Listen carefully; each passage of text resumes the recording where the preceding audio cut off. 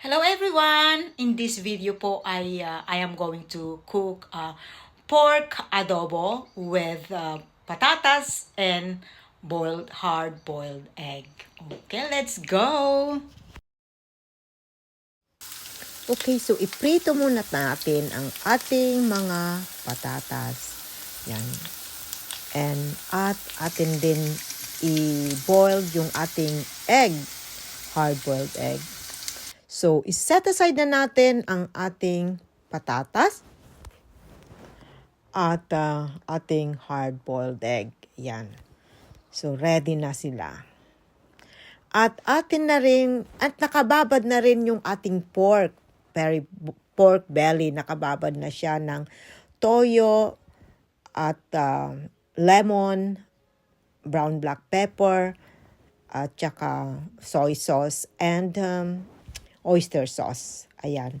So, ibinabad natin for at least about minimum of 2 hours. Mas maganda kung overnight nyo na ibabad yung inyong meat. Pero pwede na rin pag nagmamadiwala ng time, gawin nyo na lang na 2 hours. Lagay sa fridge.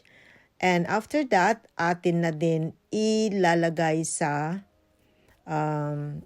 atin nang i-sear. I-sear natin yung ating pork belly.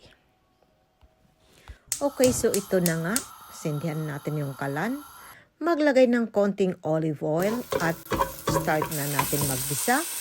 And then, ilagay na natin yung ating mga pork belly.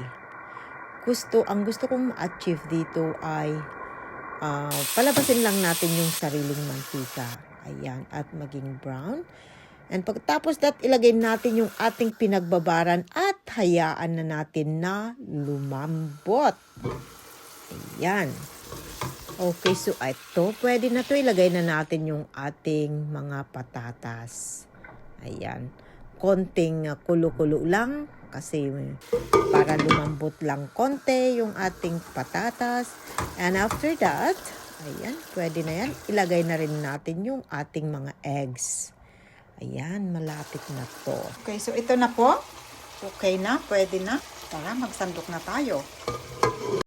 Okay guys, so ito na po. This is now our pork adobo. Dish of the day with pork adobo with potatoes and hard-boiled egg. There we go. So thank you for watching guys. Bye-bye!